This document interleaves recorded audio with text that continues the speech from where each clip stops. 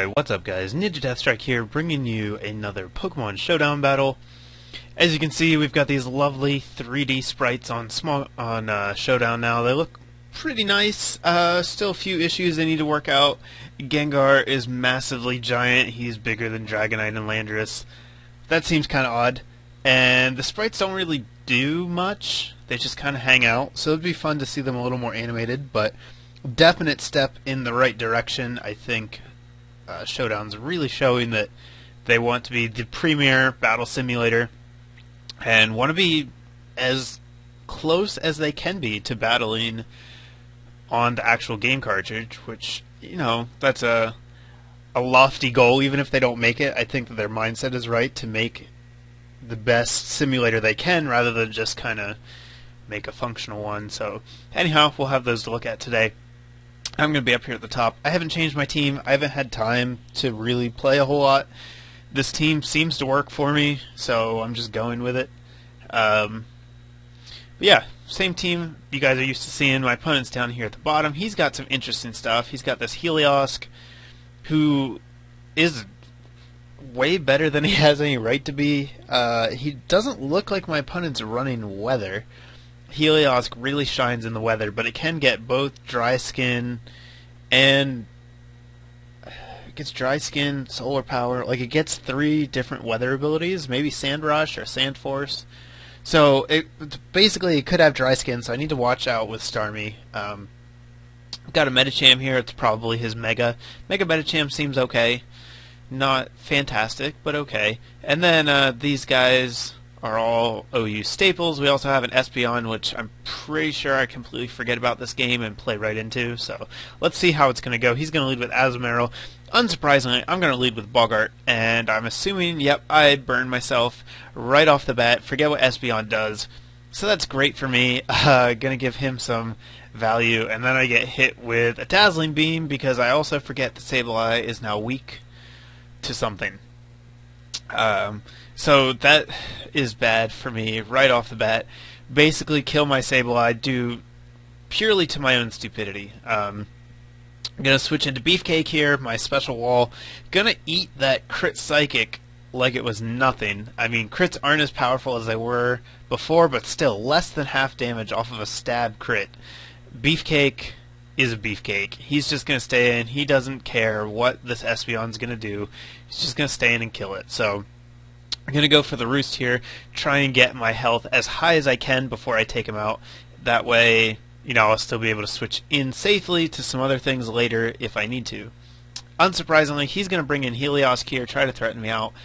I guess I just want to see what he does, so I leave Beefcake in. Also, Beefcake's not great against the rest of his team. He can fight Ferrothorn, but that's a weird fight. And he just dies to the rest, so I was willing to sack him there. Unfortunately, though, I choose to switch at the wrong time as he's going to go for Hidden Power Ice. He's going to take out Royal, and that means that I don't get Stealth Rock, so that was bad. I'm just being outplayed, pure and simple at this point. Gonna leave Starmie in to get some damage on Gengar, and then have it die to a Shadow Ball. I was pretty sure it was going to kill me because I'm not specially defensive, but Beefcake comes in again and doesn't care. His Gengar has Thunder, so his team, he has 2 guys with Thunder, which seems extremely greedy to me. Thunder is very risky. I could see having it on one, but having it on both just seems bad. And then he decides that he doesn't want to fight Togekiss anymore, so he's going to concede, and that's going to be the match. So I end up pulling out the win basically just because Togekiss never dies. Because every other move I did was terrible in that match. So that's going to be game number 1. Moving on to game number 2 here. I'm going to be down here on the bottom this time. My opponent's up here at the top, so he has a very interesting team. It's mostly UU guys, but they're good UU guys. Like, Rotom is very solid. It's always playable in OU. Same with Empoleon. It's just very solid. I'm not sure where Sylveon falls in the tiering system right now. It's kind of a one-trick pony, but it is good at what it does. Then we have the defensive core here of Skarmy and Gliscor. I'm not too worried about them. I have plenty of ways to deal with them both, and Sharpedo shouldn't be too much of a problem either, as long as I can keep it in check, which I think I'll be able to. So, once again, gonna lead with Boggart. I always just lead with Boggart because I don't like leading with Royal. It's too predictable. I feel like they expect me to try and get Stealth Rocks up right away, so I lead with the Scout instead, and I always get to do good stuff with him. So he's going to switch in Rotom Heat. I just get a hunch that it's a defensive Rotom, so I taunt it. Taunt would also prevent him from tricking me if it was a choice version, so I felt like that was the best move to go for there. Sylveon's going to come in. I'm going to take the opportunity to switch in Royal. He's going to miss a Toxic, which kind of sucks for him, but I don't know. I don't think it mattered a whole lot. I just wanted my Stealth Rocks up. I know that Sylveon's kind of slow to set up, so I figured it was a good opportunity to get Stealth Rocks up. I'm going to go for the Disable here, but he's going to predict that and switch into Gliscor. I'm actually going to switch out. I think I was predicting an Acrobatics there. I didn't see another reason for him to bring in Gliscor if he didn't have anything to hit Gengar with, but maybe he doesn't.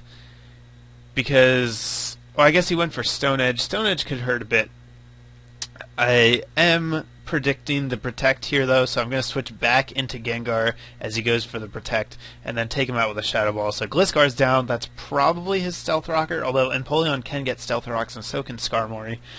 But, seemed like Gliscor was the most likely to have it, so hopefully I'm not going to have to worry about that. Embryon shows me that it has Grass Knot, which is a weird prediction. I don't know what he was expecting to come in there, maybe Starmie, but I'm pretty sure he's not going to try it twice in a row, so I switch into Starmie the second time, absorb an Ice Bolt quite nicely. I get the Perilous off of the Thunderbolt, which absolutely didn't matter, and then survive a Grass Knot thanks to Starmie being light. And now Empoleon is down as well, so in comes Sylveon again, going to go into Beefcake, since pretty sure Beefcake can't be touched by Sylveon ever. Unfortunately, he's going to switch into Skarmory. I'm going to eat an Iron Head in the face. It's going to do a lot of damage, and I'm going to have to switch out. Go into Boggart here. Don't appreciate taking the Brave Bird at all, so he has a very offensive Skarmory, surprisingly. But he does show me that he has Stealth Rocks here, so he's going to get his Stealth Rocks up. Luckily, nope, not luckily. Starmie's dead. It's at very low health, so it's going to die. And I'm just going to get Whirlwinded around. Togekiss is going to take more damage. Pretty sure that's dead now. So that was a very devastating turn of events for me. That Skarmory put a huge dent in my team and set up Hazard. So really well done on his part on those couple of turns there. Unfortunately for him, though, Sharpedo's kind of stuck in now. Boggart's pretty much going to take the rest of the game since he cripples Sharpedo. He beats Rotom, and he, well, I guess he doesn't beat Sylveon, but I have 5 other guys to beat Sylveon, so he's just going to concede at this point. He almost had it with the Skarmory, but he was just a little too low on resources by the time he got the momentum back. So those are going to be the matches for today. Give them a thumbs up if you liked watching them. Feel free to leave me a comment. Check out the links in the description, and I'll have more coming your way shortly. Later, guys.